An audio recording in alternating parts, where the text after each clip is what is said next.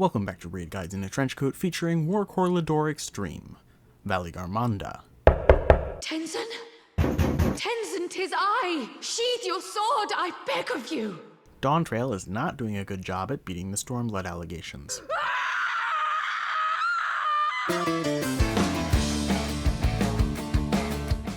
As the first Extreme of 7.0 and the new Dawntrail expansion, get ready for some innovative new fight design featuring the first mechanic being everyone's inability to do their rotations for a few weeks. That everyone will turn into most people not knowing the rotation by the time Arcadian Savage comes out, and then into a few people not knowing it by the time that Hell freezes over. The marker dance for this fight is support plus DPS pairs who pick a color, and that's pretty much it. The blue Barracudas will team up with the red Jaguars for the one time each phase that light parties are relevant, and the purple Parrots will team up with the not so green Hrothgars. Begin by watching some mess of about this many telegraphs coming out, which results in exactly this many different patterns.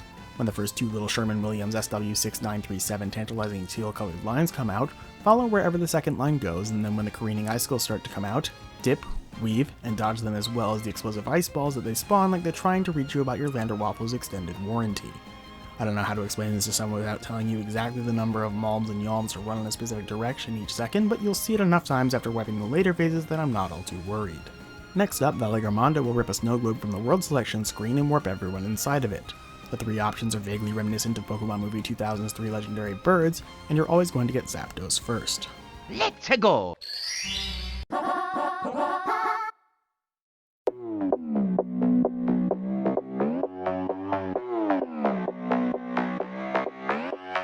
Welcome to Aether. The worlds are so overcongested and queues are so long that the servers began to spontaneously combust. After a cast of Tri-Scourge, your buff bars will be decorated with enough Christmas lights to cover a suburban house, and exactly none of them matter because this encounter gives you plenty of warning before any of the associated mechanics go off anyways. You'll get one of these new red informational pop-ups warning about good old Vesuvius, which will start to bubble over and you'll need to move lest you end up Pompeying for your mistakes. Dodge the Hellfire and then Valley Garmanda will cast one of its three big AoEs. It'll be either an in, an out, or a conal beak blast. These AoEs get used in all three of the major phases, but here in Aether phase you need to stand with your color buddy lest your health bar disappears like all of the Kmarts of the world. For the Wa-Ind pattern, start in your little color mat in the center. For the beak conal, pop your sprint to get to the far out color mat.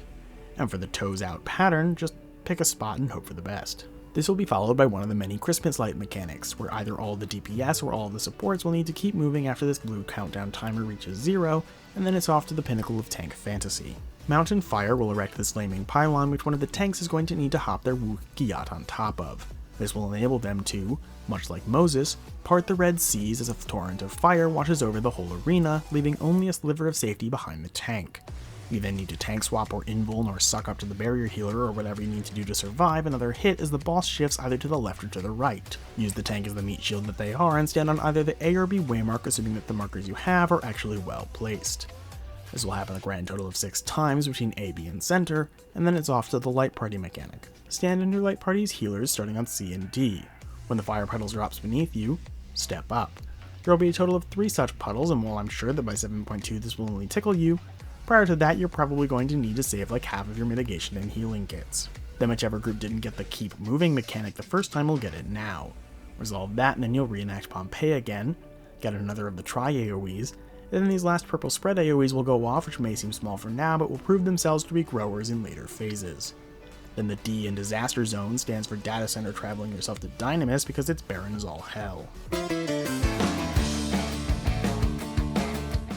In Dynamis, you'll have a few seconds of DPS before the boss goes untargetable and spawns 3 elemental nails. Light Party 1 to start with the fire nail, while Light Party 2 starts with the ice one. Destroy those nails while getting absolutely shredded by wild charge stack markers alternating between your tank and healer while you simultaneously dodge a barrage of proteans back and forth in the endless mind game of figuring out which way the tank is going to go and which way the line stack is going to go. Then sit and wonder if either of those people is going to be bold enough to hop over a protean wedge when your first nail dies as they move to destroy the lightning nail in middle, while also making sure that the other light party respects the center of the arena, because if they dodge onto you then everyone gets nuked, and all of that happens as this little white bar charges up, and if it hits 100 then you die. I call this phenomenon Panic at the Valley Garmanda Mosh Pit. Mitigate through the following tri-disaster, and then the boss will send you into another world from the world select screen, but this time there is no specific order for the phases, so buckle up and we'll dive into the explanation for Articuno first. Whee!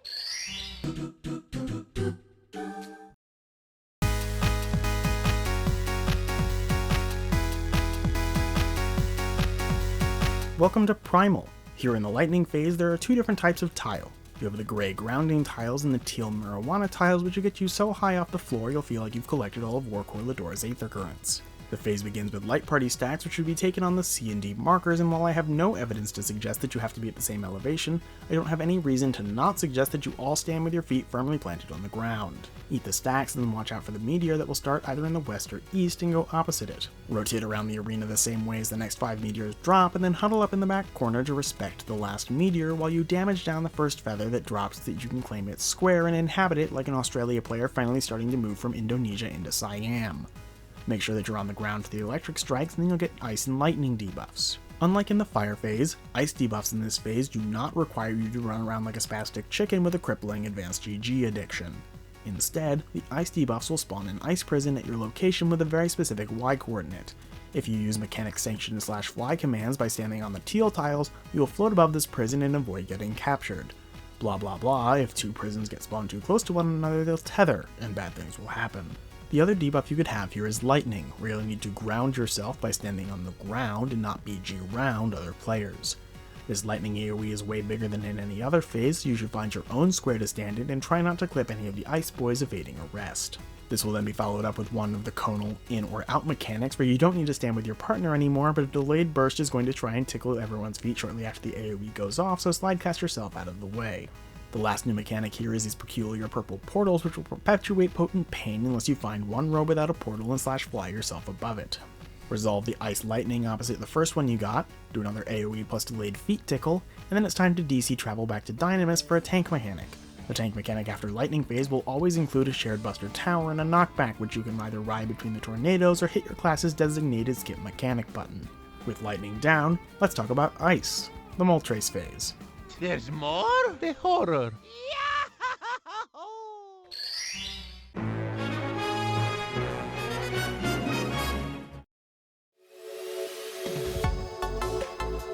Welcome to Crystal. Similarly to the lightning phase, you'll start off with light party stacks, except the tanks have both seemingly contracted a cold and are going to have to isolate themselves on the corner so that they don't spread it to everyone else. Following that, you'll get one of the 3 big AoEs alongside an avalanche that you'll need to dodge both simultaneously. Don't get baited by the text box because all of the avalanches come from the southeast and then careen northeast or southwest depending on which side of the moon Xenos' personality is on. Immediately after, these 4 blue snowflake generators will land, and I think in the southern United States they call that college. The only safe spots are right above A or right above B, and the obvious open space is usually pretty obvious until all 8 players are crammed into it. Anyone who gets clipped will be stuck in an ice prison, which really puts a damper on the lightning AoEs coming out, which you should spread out for and spread away from anyone who's been flash frozen. Next up is another round of icicle baits, where 50% of the time you can dodge it exactly like you did in the beginning of the fight, but the other 50% of the time you're going to have a bad time.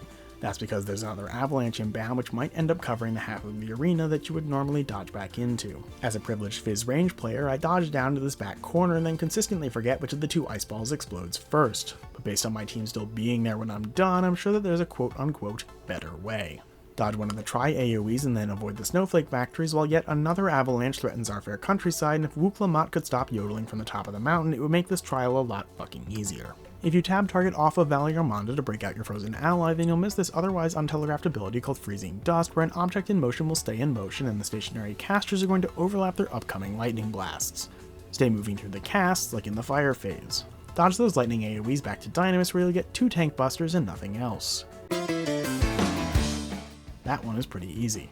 After you get both a lightning and an ice phase, you'll hopefully already be done with the fight, but if not, you'll get more of Moses' miracles, except in the excruciatingly broad daylight, which naturally I don't have any real footage for, and then another tri-disaster, except the final fire attack just outright murks you. Clip his wings, smash his beak, and then, congrats! You have completed Worqor Lidor Extreme.